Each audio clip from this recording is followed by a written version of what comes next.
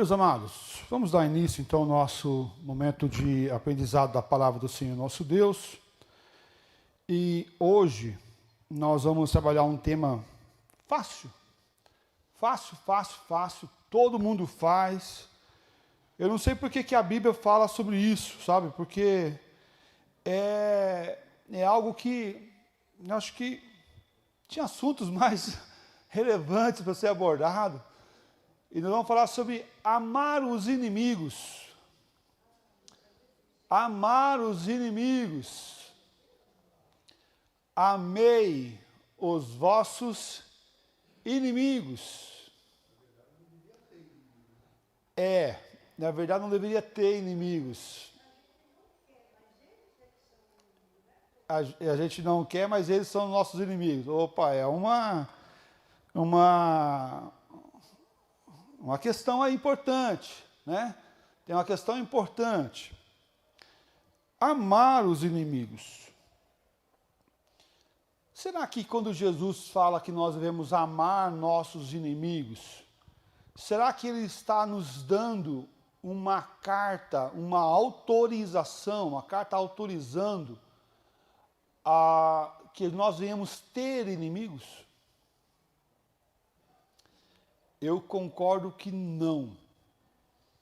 Que quando Jesus fala, amei os vossos inimigos, e isso está lá em Mateus, nós vamos olhar, depois a gente vai, é o texto bíblico, depois a gente vai refletir um pouco sobre isso.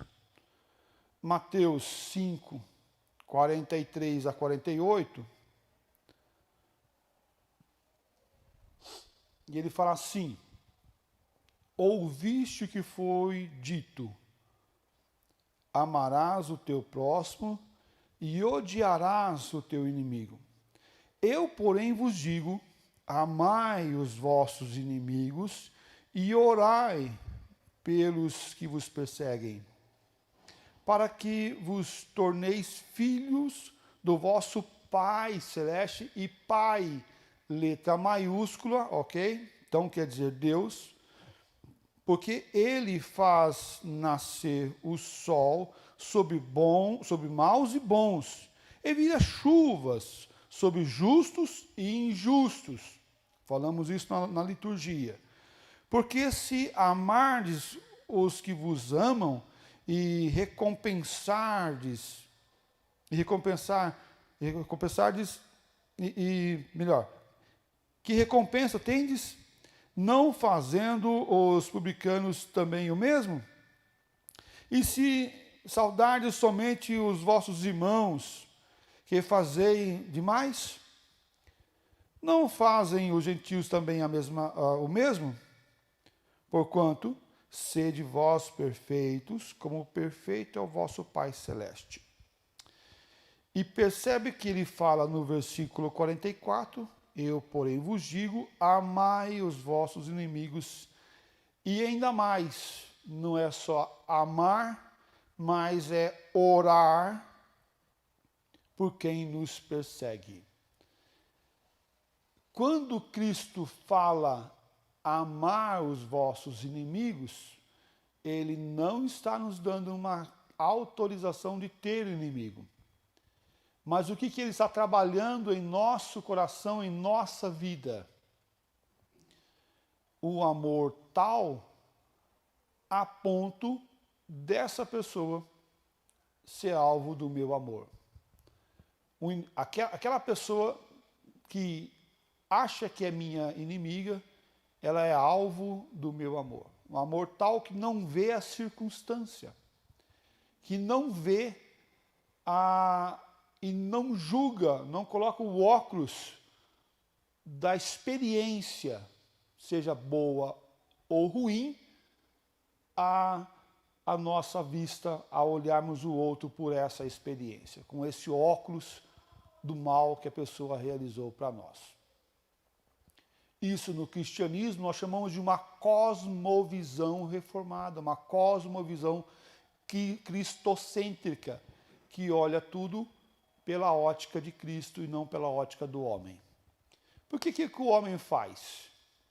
Talvez se você for um nordestino, né? Você fala assim, ó, tudo no fio da peixeira, né? Tudo no fio da peixeira. E age dessa forma, no fio da peixeira.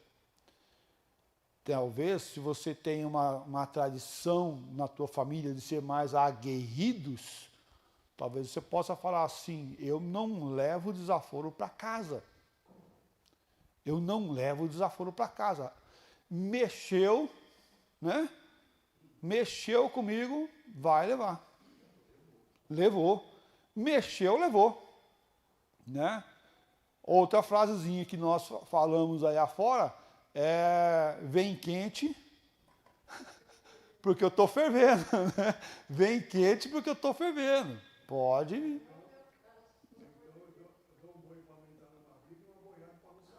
Dou um boi para não entrar na briga e dou uma boiada para não sair, porque eu quero lutar até o final, né? Até o final. E o quanto que isso nos machuca e machuca as pessoas que estão à nossa volta. Mas, mesmo olhando esse aspecto da dor que causa no nosso coração, nós não devemos seguir esse mandamento que o Senhor nos dá apenas por nós. Porque se nós fazemos por nós, estamos fazendo de uma forma egoísta, egocêntrica ainda. É a mesma coisa do perdão. Você fala assim, eu vou perdoar porque eu não quero perder o perdão de Deus. Pá, que isso? Não é assim. Porque quando fazemos essa conotação, estamos trabalhando um egocentrismo em nós. Eu não perdoo porque eu sou convencido pelo Espírito Santo e eu sou obediente a Deus. E em obediência a Deus eu perdoo, eu caminho, eu obedeço ao Senhor e por consequência eu vou ter o perdão do Senhor, Deus também. Mas não é o motivo, a causa própria. Mas o motivo é a ação de Deus na minha vida, no meu coração, no meu ser. Porque isso mostra um moldar do meu caráter, que Deus está realizando. Porque você não é bom, eu não sou bom.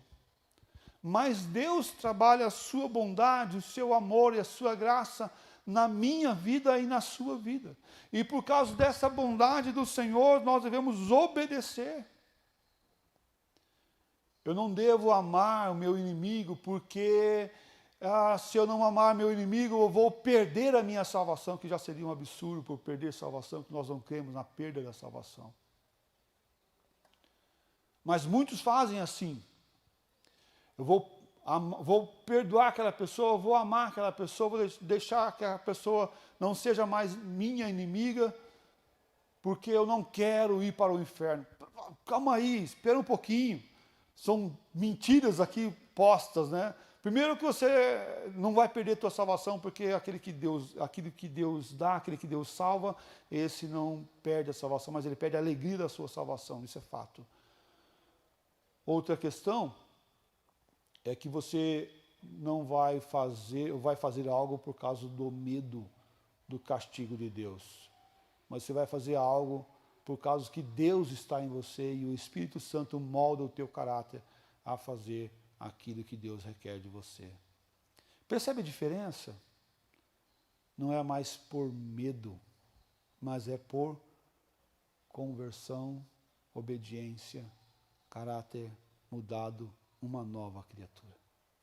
E que, pessoal, a gente pode simplificar isso com aquela família que é muito rigorosa com os filhos. Punha uma lei e uma forma muito pesada para com os filhos. Mas o que acontecia quando os filhos saíam de casa? Né? Se eu te pegar fazendo isso, você vai ver, você vai apanhar, você vai ficar de castigo, você vai sofrer. Se eu te pegar, né, então, se não pegar, pode fazer. Não é?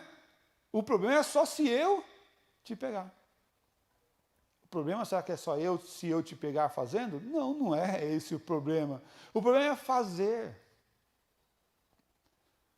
E quando esses filhos saíam dessas casas, via de regra, não é claro, normativo, mas via de regra acontecia que esses aprontavam e faziam muito após a sair da sua casa. Nesses versículos que nós lemos de Mateus, encontramos aqui a sexta e última ilustração que Jesus usou para explicar o significado da lei de Deus para os homens. Nas leis, aqui que posta, na forma que foi colocado para nós aprendemos que nós devemos amar o teu próximo. Ou melhor, a forma que era ensinado na lei, e Jesus vai tratar disso no versículo 43, fala assim, ouviste o que foi dito. Ouviste o que foi dito. A lei era ensinada dessa forma. Eles estavam aprendendo, ou havia uma interpretação da lei dessa forma. Amarás o teu próximo e odiarás o teu inimigo. E isso aqui era ensinado com um princípio da lei para o povo do Senhor também. Não apenas para os de fora, mas para o povo de Deus, esse também era um ensinamento dado. Você tem que amar os seus, você tem que amar quem está do teu lado, você tem que amar as pessoas que vivem com você. E Jesus não está recriminando a amarmos as pessoas que estão ao nosso lado, as pessoas que nos amam, mas ele recrimina o quê? De nós não amarmos os nossos inimigos, aqueles que se levantam contra nós. E a minha tese aqui é que quando nós decidimos amar essas pessoas, aos poucos ela deixará de ser alvo do nosso ódio para ser alvo do quê? Do nosso amor. Fala, Walter.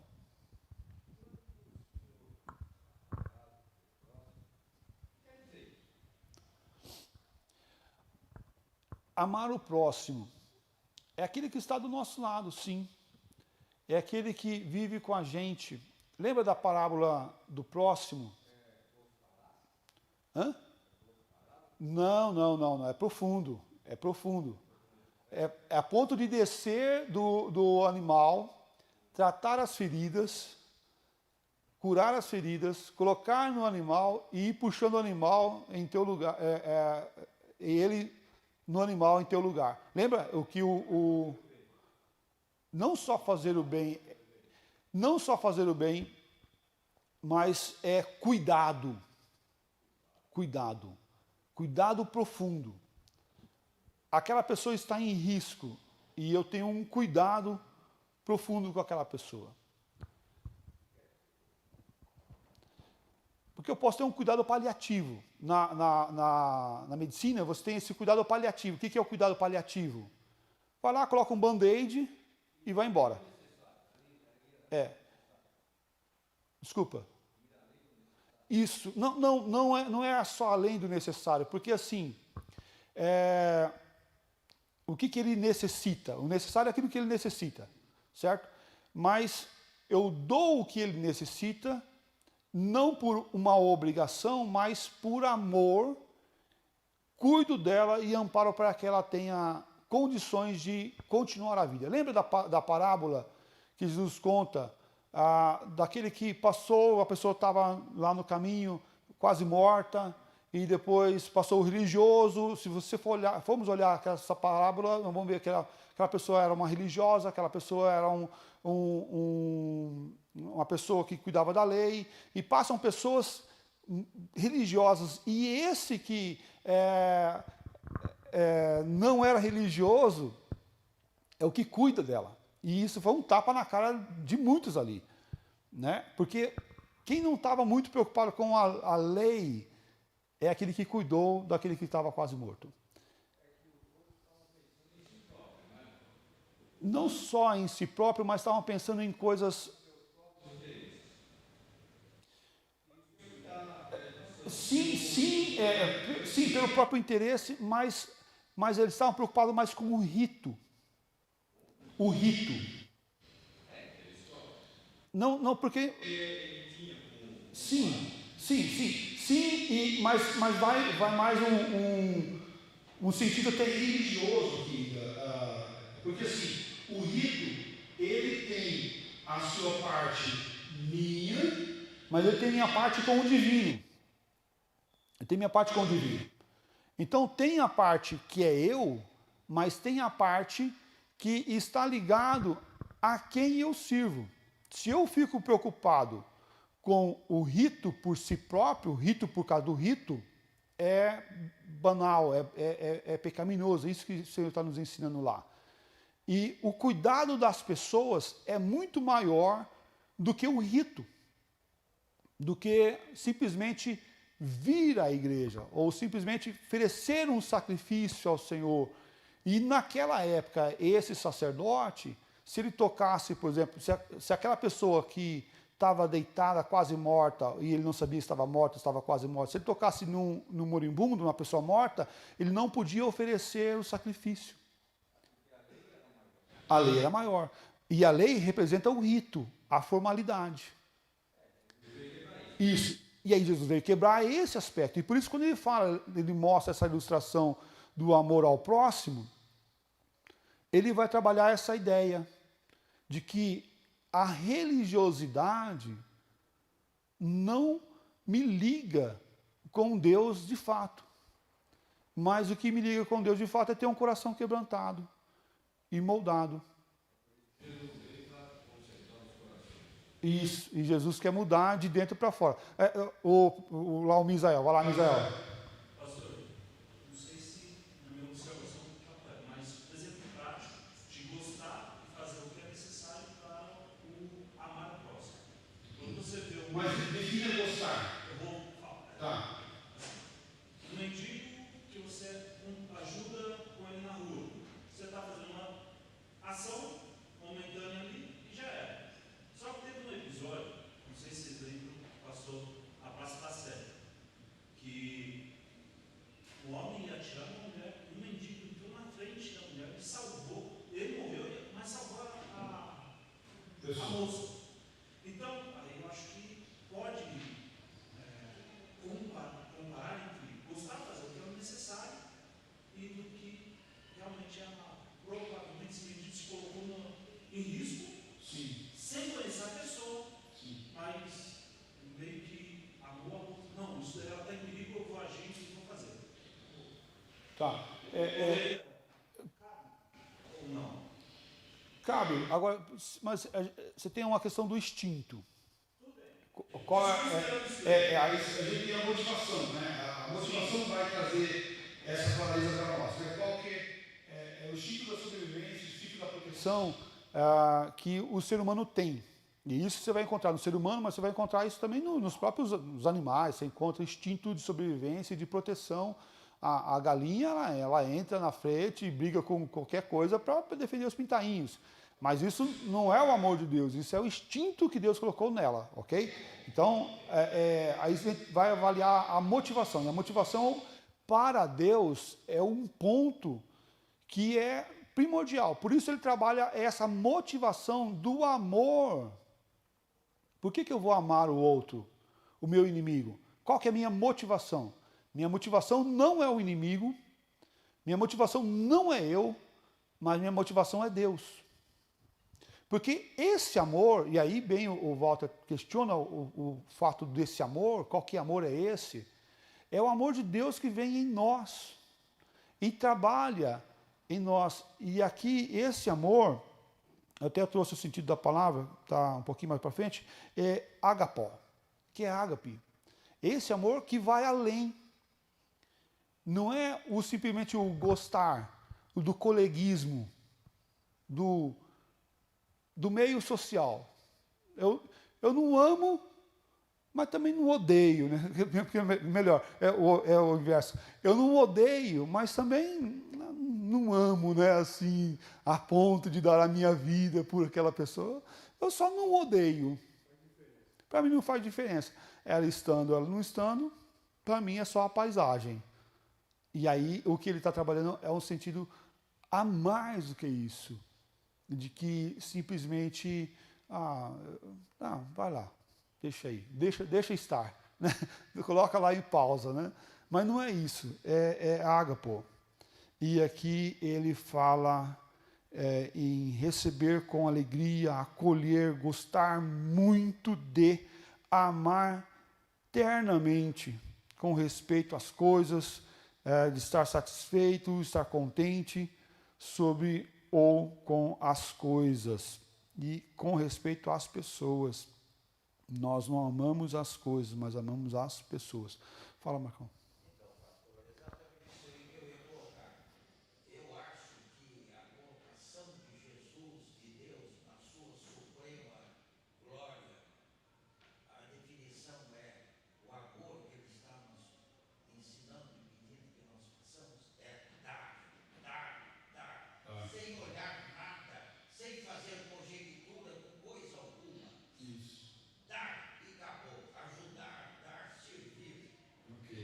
Então, o Marx fala que a questão do amor é de dar, de doar-se, né? É o que ele fez por nós sem esperar em contramedida. Esse amor é incondicional.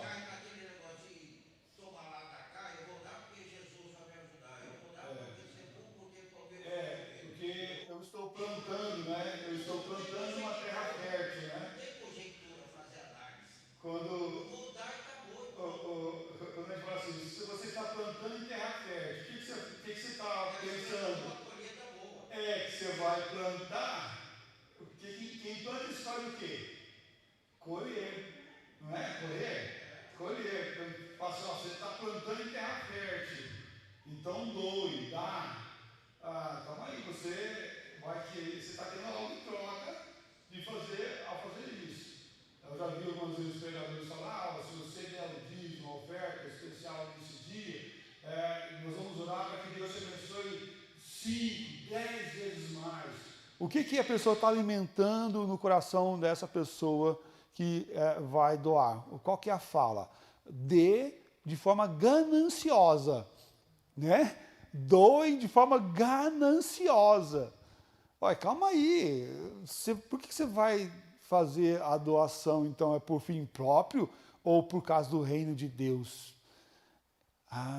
Deve ser por causa do reino de Deus, é isso, e não por bem próprio. É a mesma coisa quando nós falamos do dízimo. Por que você dá o dízimo? Eu dou o dízimo para Deus repreender o devorador, não vir sobre a minha vida e devorar tudo que eu tenho. Tem alguma coisa errada aí, irmão. Então você está se amando mais ainda do que a obra do Senhor.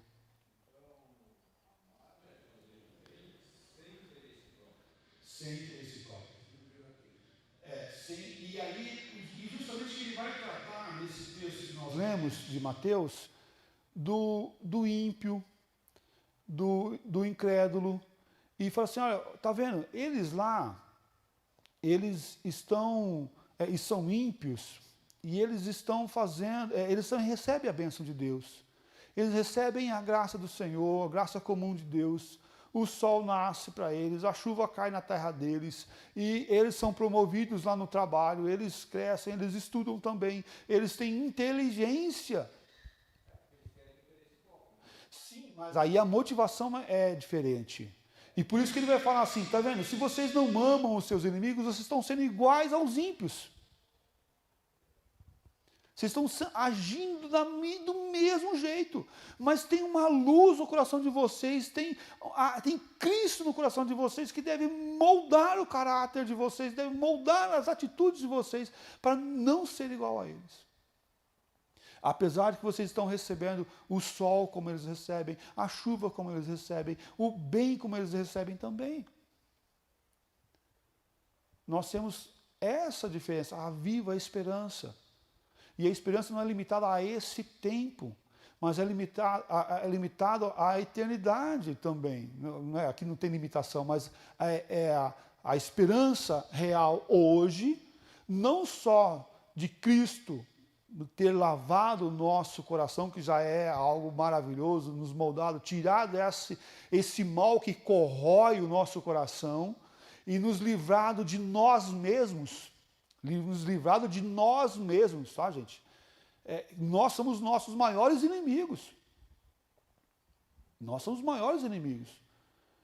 E aí, porque para mim amar o meu inimigo, eu tenho que lutar com quem? Com o inimigo ou comigo? com eu mesmo. É eu aqui dentro. Quando eu olho aquela pessoa, o que você sente? Você deve trabalhar no teu sentimento. E por isso Jesus fala para nós darmos lugar à nossa ira. E dar lugar à nossa ira é colocar nele, limpando o coração. E eu gosto muito do texto, e muitos interpretam de forma errada esse texto. Ele fala assim, não se ponha o sol sobre a vossa ira. E aí eu vejo muitas vezes esse texto ser usado para os casais. E o que eles falam para os casais no casamento? Não durmam brigado. Está vendo o que o texto está falando? Não ponha o sol sobre a vossa ira. Então resolva as coisas antes de dormir. E quem já tentou fazer isso sabe o quanto isso é difícil, quantas vezes isso complica mais as coisas do que facilita. Porque você entra numa naipe de discussão e de discórdia, o que acontece? Que chega uma hora que você não tem mais pensamento e razão para resolver as coisas. E aqui o tempo não cura, mas o tempo faz parte da cura, porque quando você vai lá no médico, ele fala assim, toma esse remédio de 8 em 8 horas durante 5 dias, 8 em 8 horas é tempo, 5 dias é tempo, então aquela dosagem no tempo vai ajudar a resolver as coisas. E algumas coisas precisam que o travesseiro trabalhe, o tempo aconteça, para que venha a lucidez sobre aqueles assuntos que estão lá e eu consiga resolver. E eu já vi muitos casais ficarem uma noite inteira em discussão, em briga, sem chegar a lugar nenhum, apenas alimentando mais a ira. Então, pastor, o que é para acontecer? É para acontecer, e o que o texto bíblico diz, é para que você não fique irado. Ele não falou que você deve resolver o problema. Mas ele fala o quê? Não fique irado. Não ponha o sol sobre a vossa ira. Ele não está falando o seguinte, resolva o problema antes de dormir. Ele está falando que o problema não é o problema. O problema é a nossa ira. Então, um dorme para lá, outro para cá e fica brigado. E se está tudo bem no outro dia, está tudo bem. Mas geralmente não. Porque eles brigam tanto, que acabam se machucando. E está machucado, está ferido. Se machucaram mais.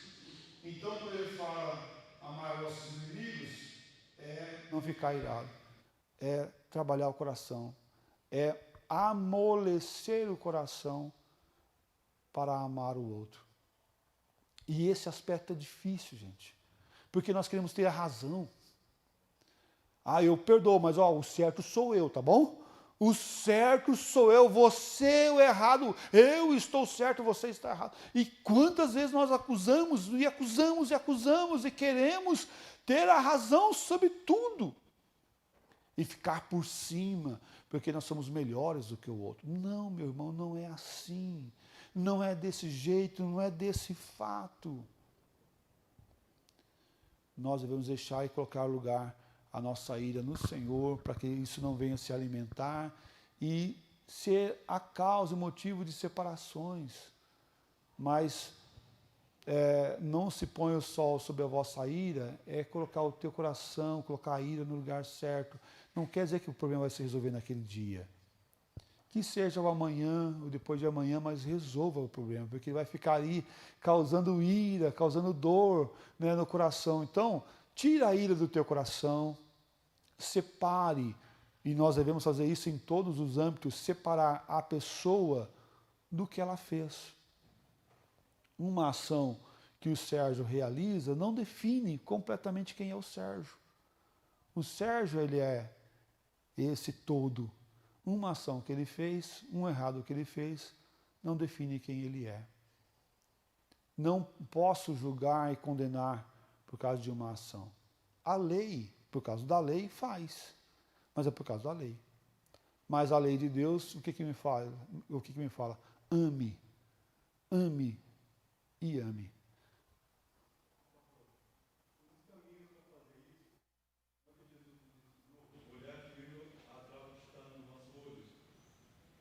Também, também.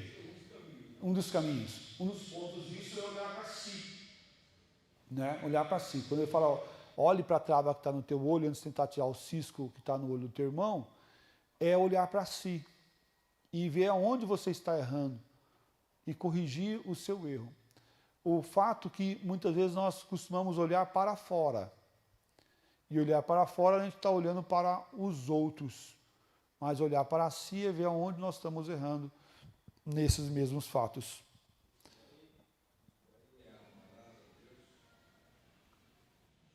Amar a Deus. O amor de Deus, sim. Da trave? É por causa do amor de Deus que eu consigo olhar para dentro de mim. Não por causa de mim mesmo. Porque é o amor de Deus que me deu vida. O amor de Deus me dá vida. Mas o discernimento vem porque eu estou vivo. Morto não pensa. Morto não pensa.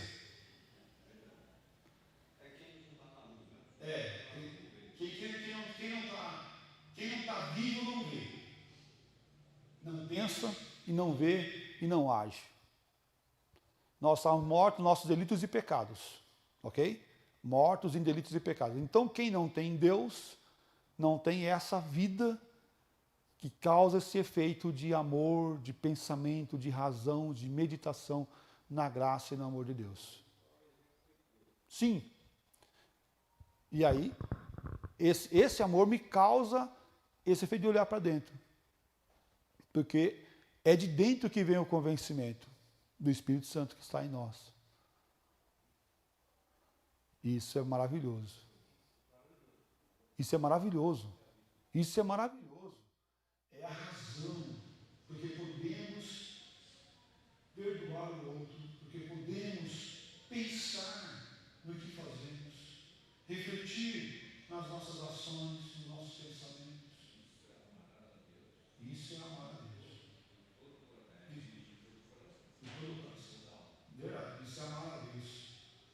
Amar, e se a gente for olhar o texto, por exemplo, de 1 João, nós vamos ver justamente isso. Assim, se você não ama o teu irmão que você vê, como você pode amar o teu Deus que você não vê? O amor é colocado em xeque se nós temos inimigos. Ou se alimentamos o ódio contra aquela pessoa. Se não trabalhamos isso em nosso coração. Eu posso dizer, eu tenho dificuldade em amar aquela pessoa. E tem gente que tem mais dificuldade de amar mesmo. Mas mais dificuldade não quer dizer que eu não devo amar. Mas aquela pessoa é alvo do meu amor, mesmo com sofrimento. Mesmo com sofrimento. Eu tenho uma dificuldade de andar com aquela pessoa que não é fácil para mim. Olha, mas eu me esforço do fundo do meu coração e eu decido amar ela. Mesmo no meio de lágrimas. Mesmo sangrando algumas vezes, né? Mesmo sangrando algumas vezes, né? E isso mas deve ser o alvo do nosso amor. E não por causa de nós mesmos, mas por causa do Senhor que derramou o seu amor em nós e abriu nossa mente, o nosso coração, o nosso entendimento para que possamos amar. Fala, meu irmão. É meu irmão ou minha irmã que fala? É irmão mesmo. Pastor, a gente é o maior dívida com nós mesmos. E para a gente pedir perdão, amar até mesmo as pessoas que a gente acha que é meio. Acho que muita gente faz isso. Pede perdão até mesmo quando não está disposto a isso. Por quê? É isso mesmo? A questão do processo. O processo. Você tem que estar pronto ou você tem que dar O primeiro passo.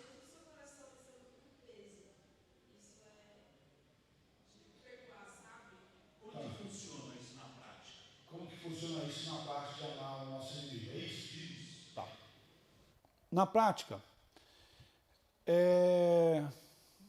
eu acho que a gente complica muito por causa de nós mesmos. Tá? Por causa de nós mesmos. Lembra que eu falei que a gente quer ter razão, que a gente quer estar certo, não quer levar desaforo e assim por diante. Eu tenho um exemplo aqui. Uma vez eu estava aconselhando um casal e esse casal falando porque assim, temos algumas ideias de amor no casamento. Eu amo por fim próprio, então eu caso com aquela pessoa, então eu caso para ser feliz e não para fazer outro feliz. Aí tem outra ideia que fala assim, você deve casar para a pessoa para fazer ela feliz e não para ser feliz, que é um amor um pouco mais profundo. E tem uma outra ideia que eu me assemelho muito mais do que todas essas. A primeira menos, a segunda um pouco me assemelha um pouco mais, mas a terceira que eu acho que é a que deve ser a razão, o motivo e a causa da nossa vivermos junto com as pessoas e andarmos do lado das pessoas, e não só do nosso cônjuge.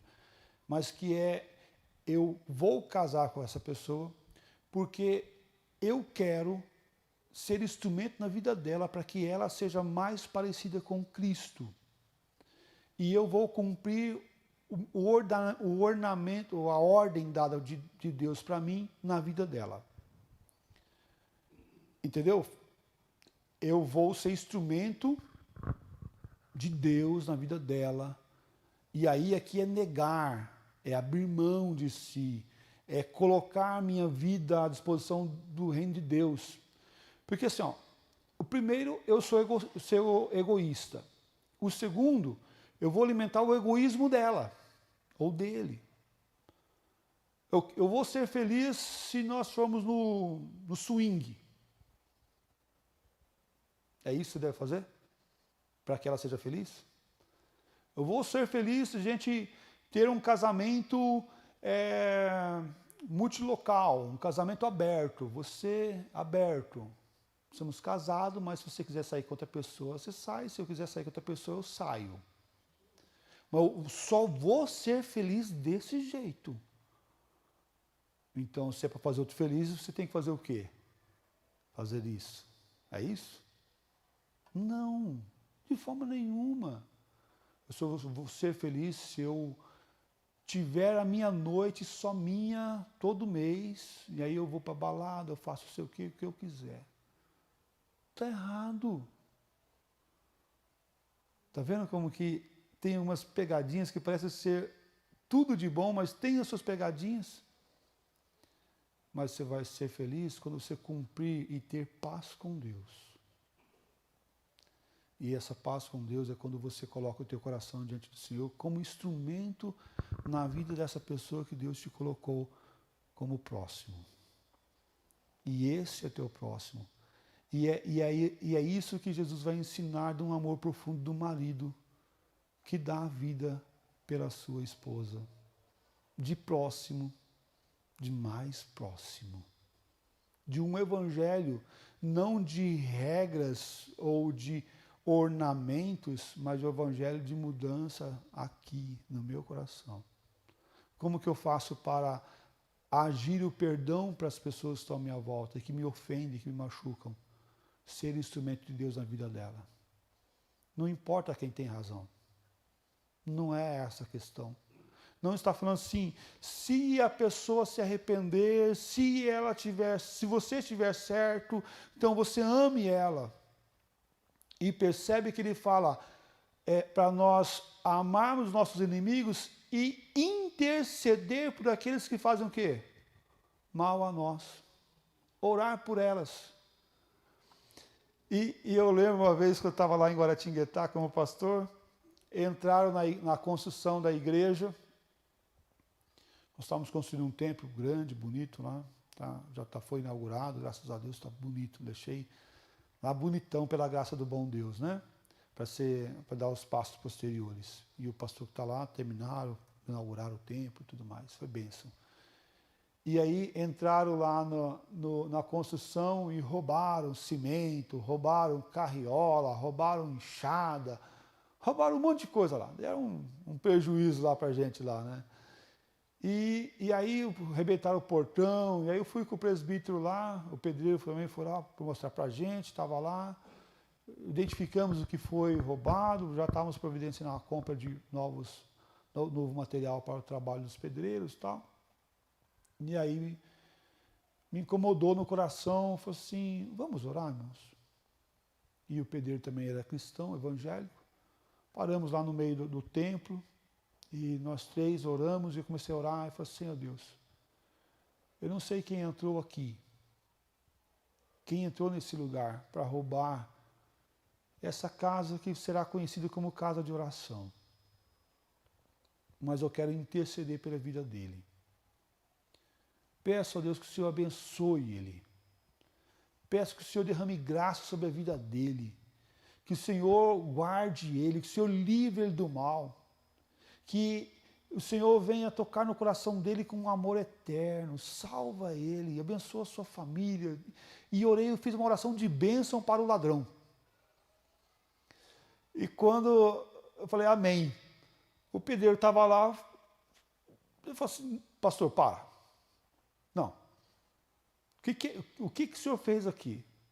Eu falei, meu irmão, por que você está falando? O ladrão vem, rouba vocês e você está orando para que Deus abençoe a vida dele. Não, pastor. A oração tinha que ser, Senhor Deus, taque um raio na cabeça. Senhor Deus, cobre isso aí. Que isso sirva de maldição para ele. Não sei o que. Eu falei assim, meu irmão. Eu falo, olha, eu quero que Deus abençoe esse homem mesmo. Eu peço que ele abençoe. E se ele vir aqui na igreja, ele vai ser recebido com muito carinho. E se falar que ele roubou, ele não vai ser requerido justiça sobre ele, não, porque a justiça é de Deus e ele vai fazer justiça do jeito que ele quiser.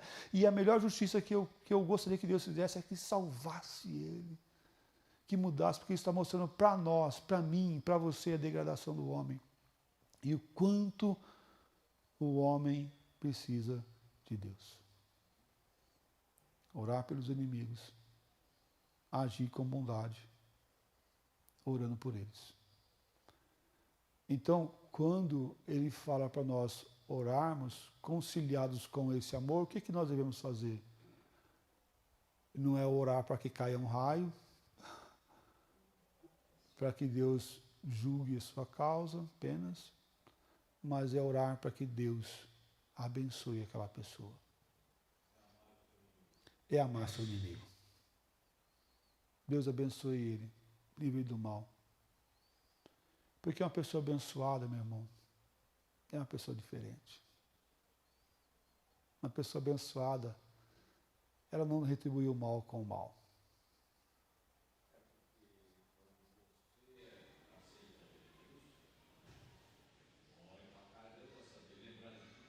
Eita, dói. Dói mesmo. Você aceita Jesus na tua vida do passado. Dói demais. Dói demais. E isso deve ser para nós como um desafio, né? Um desafio gigante, é verdade. É um desafio enorme. É um desafio que nós devemos olhar diferente. Jesus vai trabalhar bem isso no versículo 44. Desculpa, eu respondi vocês?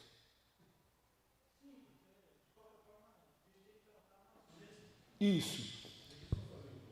Por favor. Com relação à colocação deles, a pergunta deles, porque eles falaram assim, eu tenho uma pessoa que eu tenho alguma coisa contra ela. Sim. Aí eu perdoo ela, mas isso fica dentro do meu coração. Desculpa, não perdoa. Sim. Também nesse sentido também. Perfeitamente. E procurar ela, né?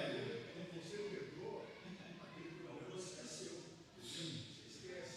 Porque muitas vezes eu tive um caso com os parentes meus na família aí, que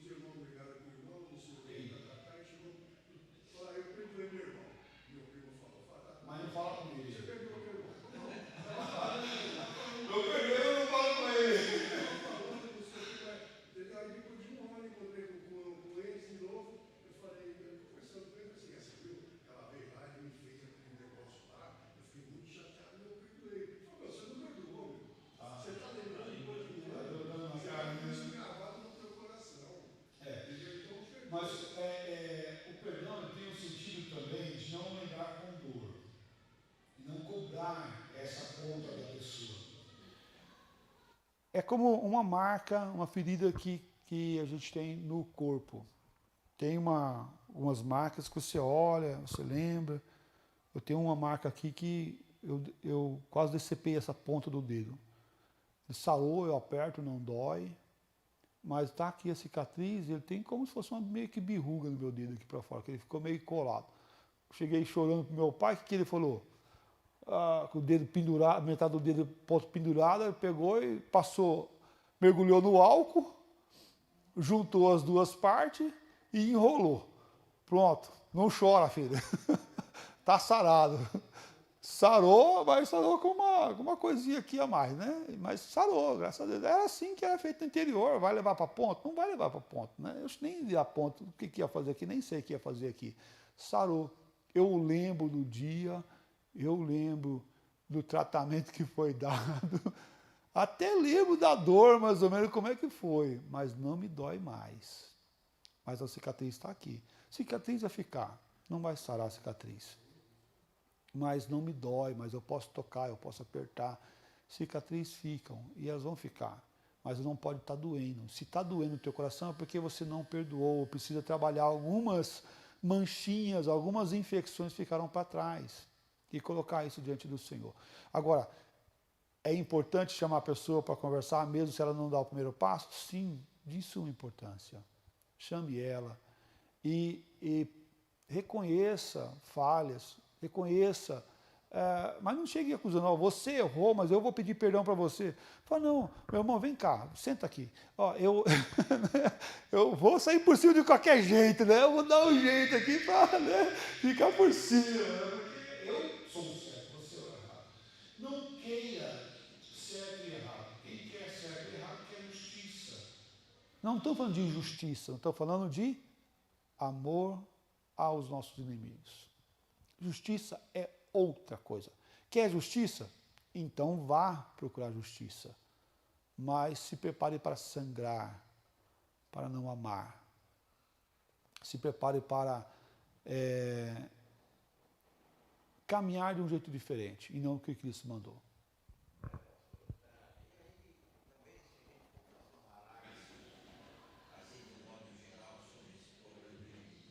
Acima de tudo, o inimigo, por exemplo, foi criado por Deus também.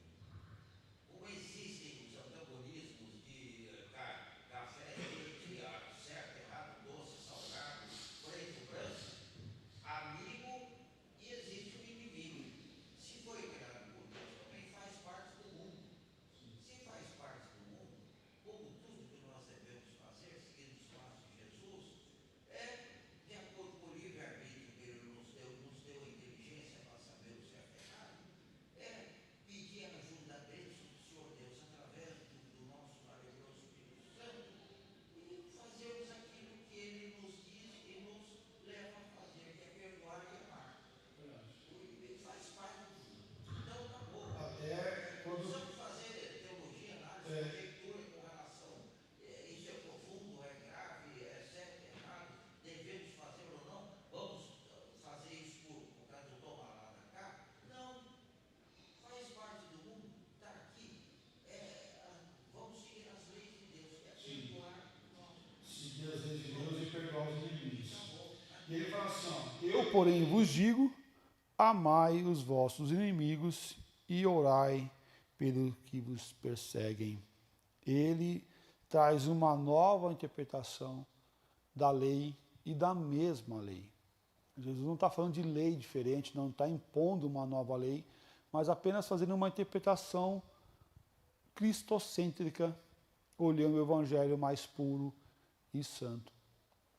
Amai os vossos inimigos. Olho por olho, dente por dente, era o que era ensinado. Você fez, você paga. Agora, o que ele está ensinando? A pessoa fez, mas Cristo pagou. Cristo pagou.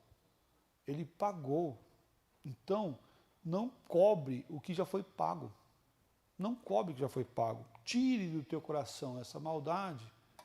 Não alimente o mal, não alimente o orgulho, não alimente a autopiedade, não alimente a corrupção do coração, mas ame. E revidar é vingança. Não seja vingativo, não queira vingança, mas ame, que é esse evangelho mais puro. Haja com ágape, haja com esse amor de entrega. Jesus aqui enfatiza e mostra o amor em lugar do ódio, o perdão em lugar da vingança. Eu perdoo, então não me vingo.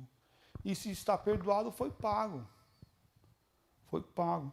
Não trabalhe esse desejo próprio de ser, de ter, de querer obter. Mas haja conforme essa ação divina e conforme o querer do Senhor nosso Deus. E aqui eu quero encerrar nosso estudo dessa manhã olhando o que ele fala no versículo 48. Porquanto, sede vós perfeitos, como perfeito é o vosso Pai celeste. Sede vós perfeito. Olha o que ele trabalha para nós desse lado de perfeição, que é um processo de amadurecimento do que Cristo faz em nós. Cristo é a imagem de Deus sobre a terra. E ele nos dá essa imagem quando estamos nele. Ah, mas perfeito é um negócio complicado, pastor. Tá, mas nós estamos no processo de transformação. É no processo de transformação. A gente fala assim, nós estamos trocando o pneu com o carro andando. É verdade, né? Estamos lá, é isso daí. Mas cada dia mais eu tenho que estar melhor. Eu tenho que estar melhor. Eu tenho que ter isso mais trabalhado no meu coração. Cada dia mais o meu coração tem que estar mais amolecido, mais fácil. E não mais duro e empedrificado. Né? Mais trabalhado pelo Senhor. Porque eu conheço mais, eu reflito mais, eu tenho a razão cristocêntrica melhor na minha vida e não alimento o eu. O eu. Hoje, na psicologia, eu tenho visto muito esse lado do se autovalorize, se ame, né? Que é a encrenca que a gente está vivendo na sociedade. Você tem direito de ser feliz, você tem direito de ser do quê, você tem... Para! Ame a Deus, siga a Deus. E aí você vai ver aonde está o teu direito. Aonde está o teu direito? Está no Senhor Deus Todo-Poderoso. Quantos inimigos das nossas almas ele fez naquela cruz, hein? Olha, quantos pecados ele pagou por nós naquele lugar. E é assim que vamos caminhar. Vamos orar? Ó Deus, reconhecemos que o que vimos na tua palavra é algo espantoso para nós. É algo que choca o nosso coração, choca a nossa alma, porque queremos ter direito, queremos ter razão, queremos ser melhores, queremos, ó Pai, muitas coisas que os homens querem e que os homens praticam, ó Deus. Mas como filhos do Senhor, como eleitos pela Tua graça, salvos por Cristo Jesus e lavados pelo sangue de Cristo, pedimos ao Pai que o Senhor esteja nos dando força, graça, discernimento, pensamento não humanista, mas pensamento divino em nós, pensamento transformado e remido pelo sangue do Cordeiro. Ó Deus, se há alguém que precisamos perdoar, há alguém que tem se levantado contra o nosso, como inimigos, ó Pai, que sejamos trabalhados e incomodados, ó Deus, a orarmos, intercedermos por eles, e assim, ó Pai, perdoar, e assim amar, ó Deus, como o Senhor Jesus nos ensinou Ó Pai querido, que o Senhor venha nos dar força, venha nos dar graça e venha nos fortalecer a sermos instrumento de amor e não de ódio, de união e não de separação. Ó Deus, ser propício a nós pecadores e nos abençoe. Em nome do Senhor Jesus, ó Pai, pedimos que o Espírito Santo nos convença aonde nós estamos errando e quais têm sido as nossas falhas, para a glória de Cristo Jesus que nós oramos e agradecemos. Amém, ó Pai. Amém. Deus abençoe, meus amados.